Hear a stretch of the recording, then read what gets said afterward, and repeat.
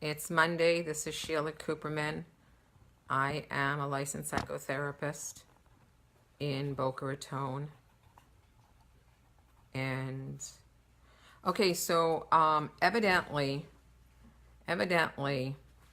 my career and my path in life is to explain to people about mental health, because there is so much out there that's incorrect. Case in point, OCD, obsessive-compulsive disorder. Now, we learn in school that there's like 5 different types. There's cleaning, there's checking, there's counting, there's rituals, and I always forget the last one.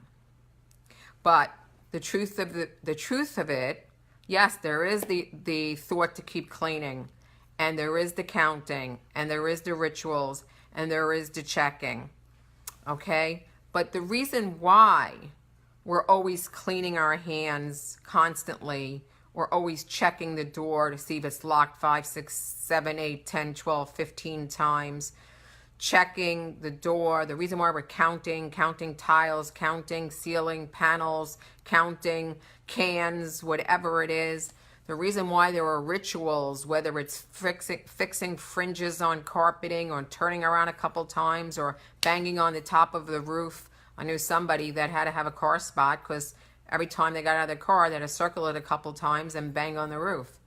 And if they couldn't park in the same spot, then they were just, beside themselves.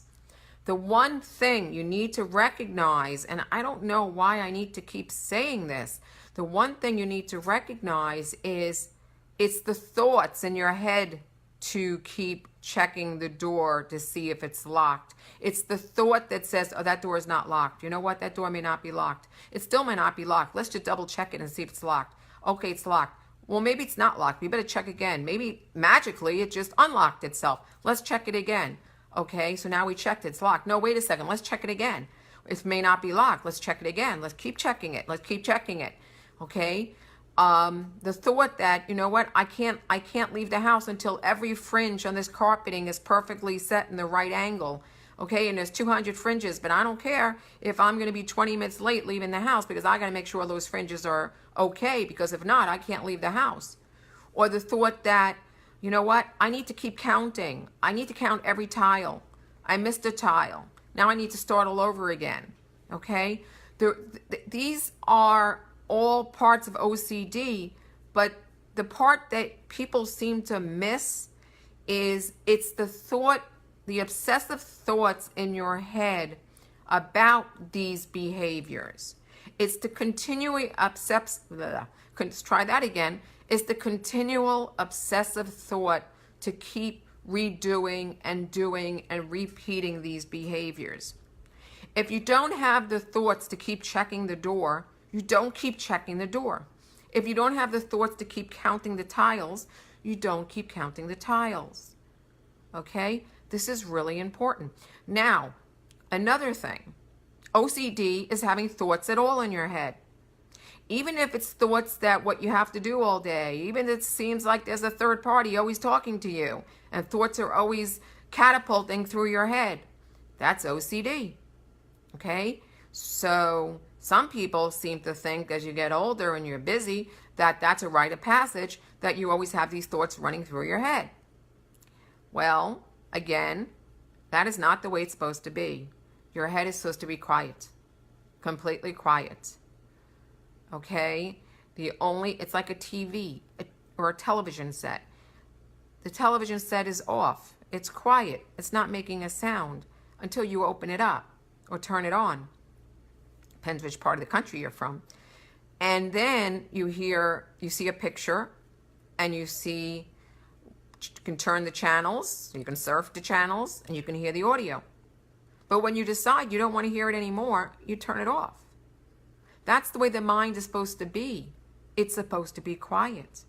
If your mind is not quiet, some people's minds are never quiet. When they go to sleep, they can't even shut off their mind. I feel bad for them. My mind is always quiet. That's the way it's supposed to be. And I'm going to bring up ADD now. Attention deficit disorder. I worked with a lot of clients who had kids that supposedly had attention deficit disorder. They weren't focused in school. They were distracted. They get out of their chair. They didn't do their work. I mean, attention deficit disorder. You know, everything goes with attention deficit. But the one question the doctors failed to ask them, was their head noisy? Well, I didn't fail to ask them that. I asked them, was their head noisy? And they said yes. Well, that's sort of like having a conversation and watching TV.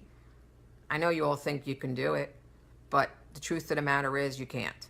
You can't really do two things at once. You can do two things simultaneously next to each other, but you can't do them exactly at the same time. So while this child is it's like listening to a conversation and watching TV. You either know what's said in the conversation or you know what's going on the TV show. You don't know both. And this is the same for the child. But the bigger picture is it's OCD. It's not ADD. It's OCD. If that other strain of communication would shut down, the child would be able to do well in school.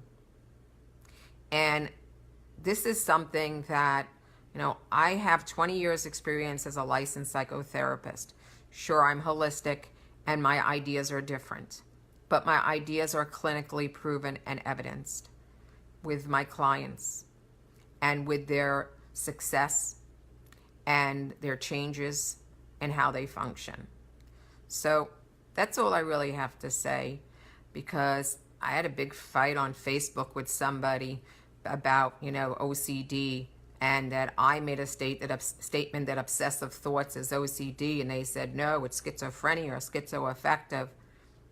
And I know it's not true, because I suffered with obsessive thoughts myself after my Rottweiler attack and all the traumas that followed it. That, as you know, brought down my serotonin, because again, if you have OCD symptoms, your serotonin is too low.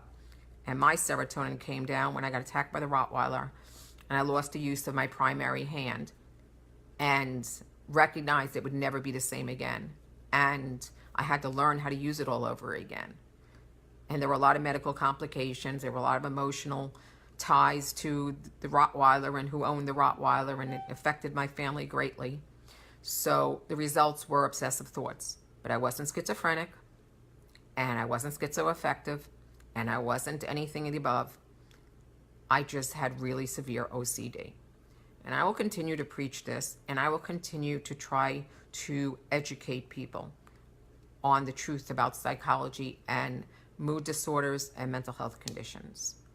And I know it's based on low serotonin, and that when the serotonin falls, it exacerbates the situation.